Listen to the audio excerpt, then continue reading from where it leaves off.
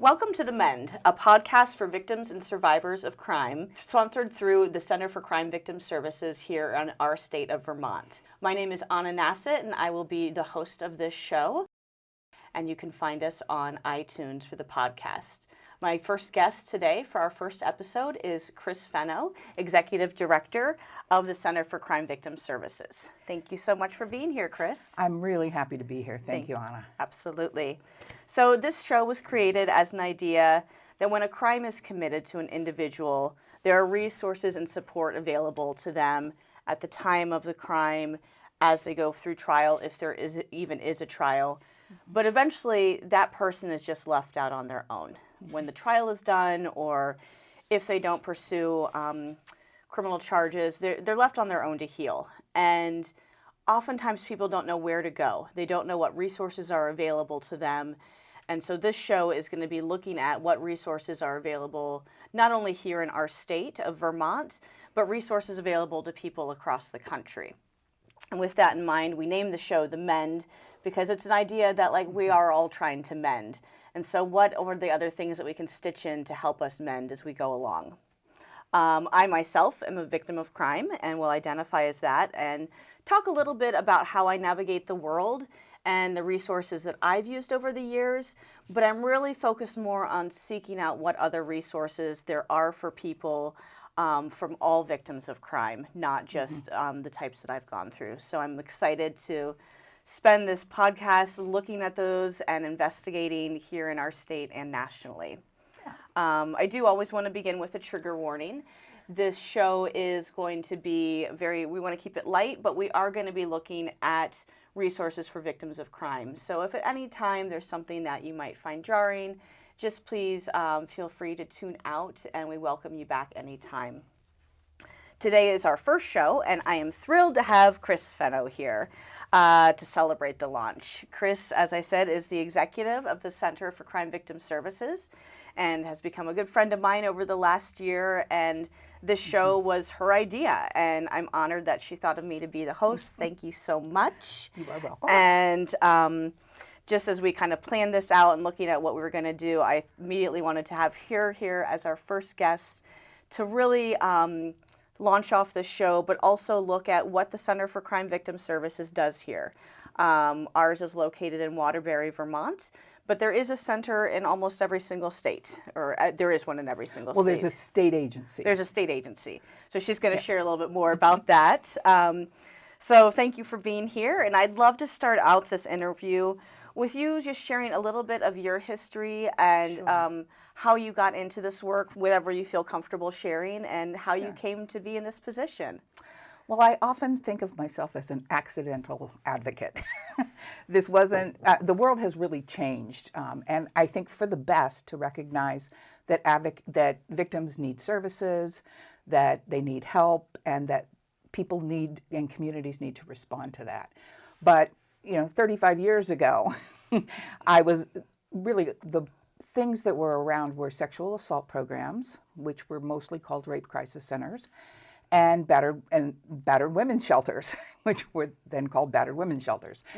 And I became an accidental advocate because I was actually in graduate school in Boston, and unbeknownst to me, a friend of mine volunteered at the local battered women's shelter.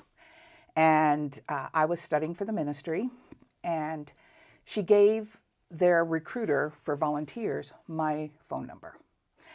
And so they had an introductory meeting every month, and she called me every month for 12 months. And every time I couldn't go, or I didn't want to go, and I felt so conflicted. And finally I was just so embarrassed, I said, fine, I'll go. And that was the beginning. I started out folding T-shirts in their office, and then helping them with some grant writing. I went through their volunteer training. And it was really in the midst of the volunteer training, they had a session where you actually got to think about domestic violence and when you first heard about it, or when you suspect you heard about it. Because especially then, but also now, there isn't a lot of talk that goes on. It's often behind closed doors. People often are ashamed or embarrassed.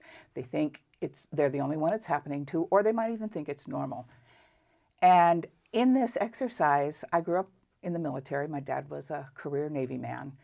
And I started thinking in this training about the wives whispering to each other and, knowing who they were whispering about and then seeing her with bruises. And I never put it all together until that training, which was quite incredible. And I felt very comfortable. I couldn't understand why it felt like it was in my blood. But I went from there, and I've worked basically for crime victims since then. Amazing. And it really, it wasn't a career path. It wasn't anything. But I do think studying for the ministry, and what I took from that was really yearning for justice. And I think I found that in religious studies, and then I found it secularly through victims' rights work. That's amazing. And it sounds like your friend really saw that in you when she kept calling you every month. Like, no. I really think you need to be here. That's incredible. Yeah. Thank you for sharing that. Yeah. And I think that's one thing we really want to do on this show is normalize some of this talk. That, it does happen behind closed doors, but we can also sit at a table and have a conversation, even if it's hard, about these different topics. So thank you for being at the foreground of that work. It's incredible. So you've been with the center for a couple of years. Yep. And we share in common that we both moved here from Washington State, which I love. But the center has been here for 28 years? Yes. Is that correct? Okay. Could you tell me a little bit about the history of the Center for Crime Victim Services and, just kind of how it started and how it's grown? Right. Originally and in statute, it was formed to accept federal money for victims' compensation. And it's a federal program funded through the Victims of Crime Act to states. And the states pay it up front, and then they get reimbursed 60% for qualified costs that a victim might have. So that's why we were originally created, and we have a 5-person board of directors that are appointed by the governor. And so we became this really small state agency doing victims' compensation. And I know we're going to get to talking about what that all might mean. But and from there, a couple of years later, we added our restitution unit. And then because we were taking federal money, we also got the Victims of Crime Act assistance money, which we sub-grant to community-based partners. And from that, we just grew to really embrace our mission, which is really about being a voice for victims and ensuring that quality services are available across the state, no matter where you live, no matter what time you call, no matter what the crime is, that there will be help available. Awesome. And you do amazing work. That's for sure. So the mission of the Center for Crime Victim Services is to provide leadership to the state to ensure that justice is delivered to all victims and survivors of crime through recognition of harm done and advocacy for their rights and needs. What can you tell me about the people it serves? Who can access the services of the center? Well, I always think of us as having 3 primary things we do.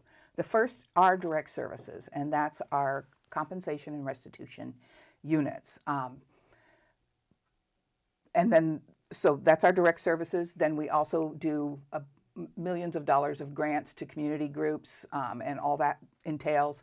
And then we provide training. And I know we're going to talk about all 3 of those. But the agency itself, in terms of what direct services we have, do you want me to talk a little bit about what they are right now? Because I think my question would be more. We'll kind of cover that, but I think my question would be more. I think so often now we think of like victims of crime. It's generally like a lot of times we think it's like a sexually related crime. So like who else uses like the restitution? What's the scope? Sure, and restitution and victims' compensation both have a requirement of the justice system involvement. So it certainly isn't there for all victims. But the restitution unit, it doesn't matter what the crime was. if the business or the individual is awarded restitution during that criminal justice process, then we become the collector agency. Okay. So whatever crime that is. Likewise with the compensation, so I should step back a second. Usually restitution is for things. You know, you got your television destroyed, and it's going to cost $300 to replace it. So the courts might grant you $300 of restitution. We actually our threshold is $5,000 for allowable sort of costs, and we upfront it so then the victims never have to worry about it. They don't have to collect it. We collect it. We collect it whenever. We have a whole collection unit. So the same with victims' compensation. Compensation requires probable cause. It doesn't have to have a court involvement, but it does have to have a legal enforcement component. So it doesn't necessarily mean that charges are going to be filed or anything else, but there is police involvement to establish probable cause. With probable cause, then the compensation folks can reimburse things like medical bills, transportation to court, temporary housing, all of those kinds of charges that are related to the victimization, even lost wages if you need to take time off work to go to court during a trial. So those kinds of things are done there. Within the compensation unit is our sexual assault program, and it is the one sort of caveat. You don't actually have to have law enforcement involvement. Many states you do. Vermont you do not. If you present at a hospital and need a rape kit or an examination or anything like that, the center works with insurers and with our own funds to get those paid for. Awesome. And that's, as I say, is a little bit different because you don't need police involvement. And there are many rape victims who don't want police involvement. Exactly. But it does a kit, and the kit is coded, not with the victim's name, but at any time in the future, if that victim wants to do something with it, they'll have the availability to do that because the state lab holds those. That's wonderful. Yeah. Yeah, that's really important that you give the victim their own agency to be able to make those choices while still providing services for them. I just think it's such a huge, really important during a moment like that. And so we have staff that work with victims to come up with, both for restitution and compensation, with the documentation that they need in order to avail themselves of these services. The third thing we do is that we support, through the state's attorney's offices, advocates in each state's attorney's office across the state. And they basically provide services for any crime victim who their perpetrator is going through a trial. And so we have, I think we support 26 advocates in all the counties, and they play a critical and key role because through grants, we support a lot of domestic violence and sexual assault programs, and there's a lot built in for that. But in Vermont, it's really through the state's attorney's offices and those advocates that other crimes are addressed. Yep. In addition to that, we also have carved out advocates that we support in the Attorney General's office. So there's an advocate. If they're working on a case and they need advocacy, there's a full-time advocate there. And then we also have an advocate with the Major Crimes Unit for the state. So, and that's a fairly new program. I think it's about 2 years old. And she goes out on all of the homicide calls and works with families for prolonged periods of time. Yep. So. Well, and that's such important work. I mean, coming firsthand from somebody who's worked with advocates and actually is working currently with one of those advocates, like it's just so paramount to know that you have that individual that you can call or text and that they, you know, can walk you through this process and help you make decisions and just put you at ease. Yeah, just to be able to ask those questions, especially when there's legal things going on. that you don't understand.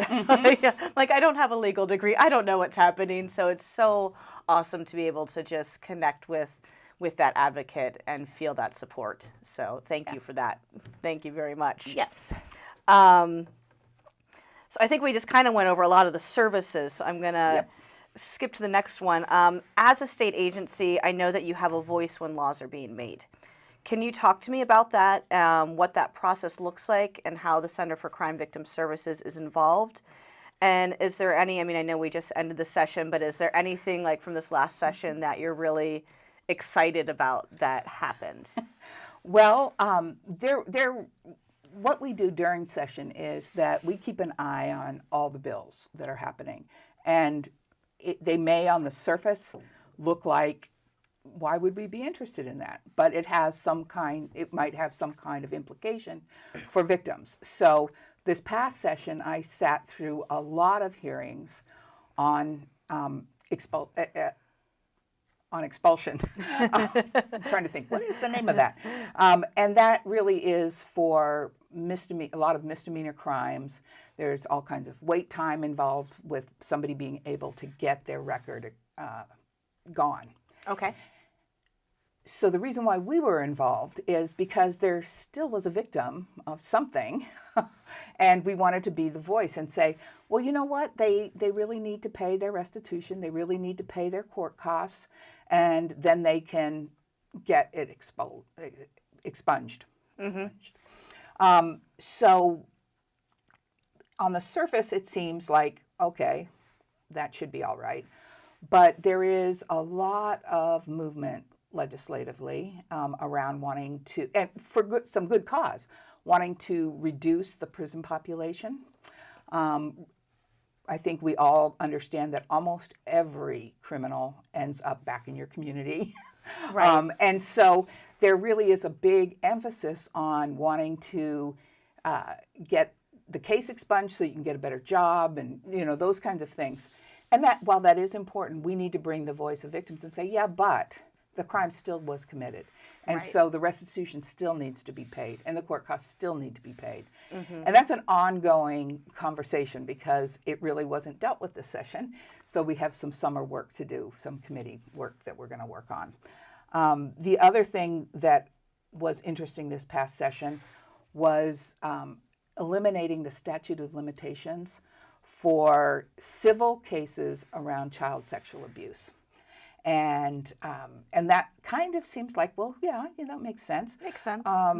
But, there's always 2 or 3 sides to every story. So I was really happy when that got passed because a lot of times, even during the hearings, I sat through one hearing where 2 separate victims testified and they didn't really know what was going on and what had happened to them for like 30 or 40 years. Right. And I think people think you're a crime victim, you get better. And you do, even if it's still a piece of you. You either block out a piece in your brain. And so I'm going to digress 1 second here. Absolutely. Please do. Yes. I'm a sexual assault survivor. And it happened when I was in college. And I put that piece of my brain over there. And it wasn't until I started doing domestic violence work that I went to a sexual assault training and realized that they were talking about what had happened to me. And so I put it even farther back. And it wasn't until I started working in government and had to deal with sexual assault centers in a big way that I realized I was in trouble because I was being triggered all the time. Right. And by that time, it was literally 30 years later. 30 years. And I was really fortunate in finding an advocate who said, have you ever tried? And she gave me the name of a therapist who used a technique called EMDR. I went to 3 sessions and it was gone. Wow. And that is amazing to me. But so that it's never too late to want to try to get that piece cleaned in your brain so that you're not reacting to it, even if you don't know you're reacting to it. Absolutely. So I think it is quite incredible. So legislatively, we continue to watch the things that one would normally think we wanted to watch. But then also, if there needs to be tweaks in statutes, we work with the network, which is the Network for Domestic Violence and Sexual Violence. We work with them on their legislative agenda and have a number of different committees that we sit on. Awesome. And thank you so much for sharing about your story. I know that's a big thing, and I can understand that as well. Years later, when I was in college, had this moment of realizing that I had childhood sexual trauma, and that didn't come up until 20 years after the fact. And so it's really, to be able to, I was so excited when I saw that law passed earlier this week to remove that statute, because it is so important that victims can have their voice heard or pursue what they need to at any point in their life. And the really nice thing about that piece of legislation is that it was kicked off last fall.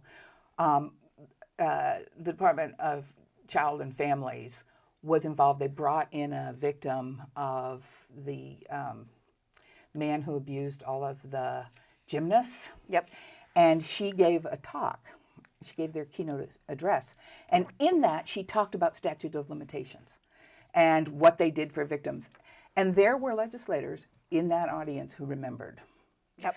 And it became a thing that they wanted to do. So it's quite incredible to me. It wasn't the center coming forward. It wasn't the network coming forward. It was the Department of Children and Families who realized this was a huge issue, had this conference, and then exposed legislators. So it's kind of like a rock in the water. It just keeps going. Incredible. We're going to keep it going. Yeah. So one of the things that I personally love about the center, and I've been very fortunate to participate in, is their trainings for professionals. I was very lucky to go through a course called the Vermont Victims Assistance Academy 2 years ago, and completely changed my life. I got to go in as a community member, and it's really, for me, launched why I'm sitting here today. But could you tell me a bit more about the trainings that you have for victim service providers and others that you offer throughout the year? Absolutely. I think first and foremost, we offer the Victim Assistance Academy. It can't be said enough that once awareness is raised and that money is available, then things change. And what changed nationally was the Victims of Crime Act. And when the Victims of Crime Act got enacted and got a fund that had millions of dollars in it, they were able to say to the states, we want you to give this money out to people who are doing this work, but we also want to make sure that you know that they're doing good work. And so it was on a national level that the model for the Victim Assistance Academy started. And this was many years ago. And each state put their own little stamp on it. Vermont, about 3 years ago, totally redid our curriculum and managed to have it, rather than like a 5-day training, to do it 2 days, 4 times a year. But it really is our way of trying to ensure that our staff, because our staff goes through it too, that our staff are aware of best practice, aware of victim-centered services, and how, even if you're just answering the phone, how all of those little things matter. So it's not just, the advocates that are working with victims, it's everybody in our agency. And it is a truly wonderful thing. So we do that every year, and there's a whole process to go through to be admitted to that.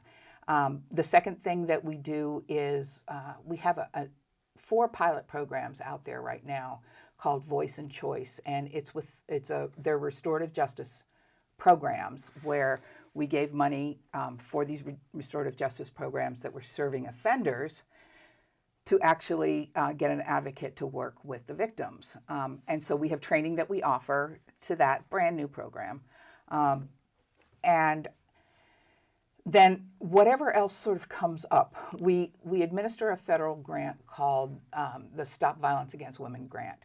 And the STOP grant came about because of the Violence Against Women Act on the federal level, and they got money available. And what they did on the federal level was say, victims do need services, but 30 years ago, victims weren't being believed, or there was lots of things, lots of barriers.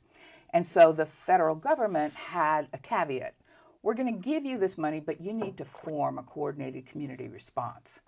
That the people who provide the direct services need to be there, but law enforcement needs to be there, and prosecution needs to be there, and anyone else you want from the community. And so across the nation, and certainly across Vermont, these groups were formed. And we do a whole strategic plan every 3 or 4 years. We have an advisory committee. And every other year we do a training that is cross-disciplinary. So last year we brought in a national trainer on sexual assault. 2 years ago, before that, we had somebody who came in and talked about child services. And really, it's heavily justice involved. But advocates are also there too, and we open it up to anybody. They don't necessarily have to be getting that STOP money in the state. We still offer that training for them. In addition to that, we try to just stay open to what else we might be doing.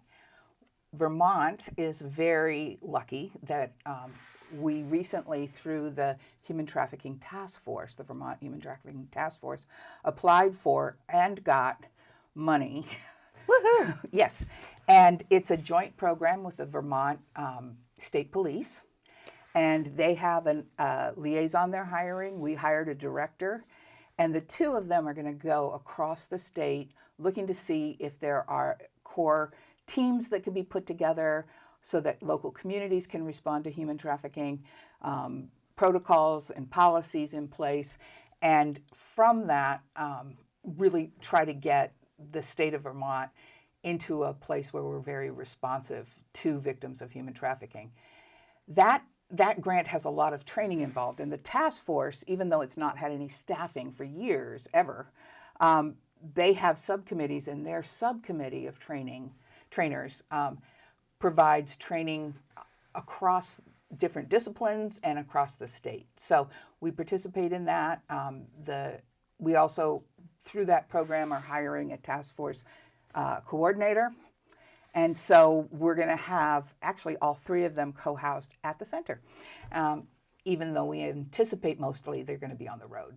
So we try to respond when people ask for trainings and when our partner agencies ask for trainings. We also support the network to do trainings with the domestic violence and sexual assault centers. That's great. That's wonderful work, and I'm really excited about the human trafficking grant that you got. I think that you'll often hear us on the show where we're talking about really heavy subject matter, but we're also like very excited because we're so excited to see what's happening here in our state and nationally that's going to serve victims of crime. And so we have a lot of enthusiasm and passion, even though it's really heavy subject matter. Absolutely. Yeah. Absolutely. So I'm here with Chris Fenno from the Center for Crime Victim Services, and we have a couple more questions. Can you tell me more about how community members can be involved in helping victims of crime in their area? I think first and foremost, people should look and see what's in their communities. And if they need help with that, they can call us and we can tell them what we know. But local is the best place to start and say, what's happening here? Second of all is to educate yourself. And it is really important because it's okay to not understand this. It's okay to not know what's going on. But if you want to be effective, you need to know some basic things like listening skills and how to not trigger people and those kinds of things. So education is a really important thing. And then working on listening skills and not judging. And I think that's probably the hardest. And but it is so important. I think in our society, we want to fix things. And a lot of times, most times, victims don't want something fixed for them. What they want to do is be heard. And that sounds really simplistic, but it's not. And it's really hard to listen to someone who has been hurt or harmed by crime and have them talk about that. and not want to say, but have you tried this? Or, but, you know, That happens all the time to me. Yes. And yeah, it is really frustrating. Yes. It's like, no, I just need to be heard. Yep. I just need to have a conversation. Yeah. And I think back to, the journey is long, you know, and I have certainly changed in the years that I've been working in the field. And I went through lots of anger at times. And when my son, who's going to be 21 next year, but when he was about 2, I was working in a domestic violence program where we had a person we were working with who was murdered. And I was so upset by it because it shouldn't have happened the way it happened, that I started teaching my son to say the Pledge of Allegiance, and that it ended with, and justice for some, not justice for all. And I carried that justice for some for many years, way too many years, before I realized that that was really blocking off my ability to advocate for people, to offer, you know, just hope and support. And I realized I actually really do believe in justice for all. And that's what I work for every day now, is justice for all. And it feels really good to have come around and close that circle. Absolutely. But this, you know, sitting with victims, understanding what is happening in your community, it's huge, and it's hard, and it's difficult. I would say, you know, kind of like me when I went through that first training, think about your family, you know. I really haven't met many people who haven't been victimized, or a friend or family member hasn't been. Absolutely. So, you know, whether you acknowledge it or not, these people, we are all around you. So, so it's nice. And once you become open to this, you'd be surprised at how many people talk to you. Yes. Absolutely, I agree with that. And I think that's really an important message, that like, we are everywhere. Mm-hmm. We're your neighbors, we're your family members, we're everywhere. And most people don't recognize that or know that because we don't say anything. Mm-hmm. And then when you do start to talk a little bit, how many people gravitate towards you and have that same mm-hmm. thing. And then in turn, we turn and listen. Yep. You know, that's what I really feel like has been, for me, is like, I was heard, and now I get to go out and speak, which is amazing. But in turn, then I sit down and I listen and I stay present to hold space for whoever's speaking with me. Yep, absolutely. So, yeah. And equally important, if, you know, if an immediate family member, a child or a niece or a nephew has grown up and then they find themselves in this situation, you know, if it's a domestic violence situation, for instance, but they also could just be a victim of other kinds of crimes. Mm-hmm. And if you are a victim, you want to become a survivor. Yes. And the way to do that is to mend. Yep, exactly. Brought it right back around. So as we start to wrap up this episode, is there anything that we haven't talked about that you would like to cover? Oh, we've talked about it all. I think my sort of final thoughts are that we live in a really violent world, period. We just do. It's everywhere. It's numbing. And what I would say is that's the worst thing we can do, is become numb to it. You know, and you hear a lot of talk about all of the mass violence that's been happening, and, you know, does it even alarm us anymore? And it actually does still alarm us, and it should continue to alarm us until we find some way to assist communities to ensure that that doesn't happen. But to not get numb, I think, is really important. And then also, you know, for each person to see themselves as the safe port in a storm. That if you make it so that you're present and you're available, then people who might need help will talk to you. I love that. Yes. That's wonderful. Well, Chris Fenno, it has been such an honor to have you here today. I personally am incredibly inspired by your work, your activism, and your dedication. I know that I would not be sitting here today by any stretch of the imagination if it wasn't for the work that you're doing. And you've been so imperative, as has the center, for crime victim services to my own mending in life. I'd like to close each show with like a little positive message. So if you could share like one word or statement that you have for victims and survivors, what would that be? Well, there's a woman who does wonderful writings. Her name is Margaret Wheatley. And she has embarked over the last couple of years in a program that she does, but I just like the title of it. And it's Warriors for the Human Spirit. And, you know, we want to be warriors for that human spirit and that humanity in all of us. And then one word, and this is kind of a strange one. I started thinking, okay, what one word would I do? And it's really abide. And by abide, I mean to continue, to last, to persist, to exist to infinity. And that's what happens when you abide. I love that. Yeah. That's a great word. Well, thank you so much, Chris Fenno, for being here today to talk about the Center for Crime Victim Services and the incredible work they do here in Vermont. As I said, there is a state agency in every single state. So if you're listening from a different state, there is an organization like this in your state. For more information on the Vermont Center for Crime Victim Services, you can check out their website at ccvs.vermont.gov, or you can call them at 802-241-1250. And if you have any ideas or questions about the show, you can email me personally at anna@standupresources.com. I would love to hear from you. Once again, thank you so much, Chris, for being on our very first episode. I'm so excited to see where this next year takes us. We'll be sharing lots more on the MEND. Be well, be strong, and goodbye.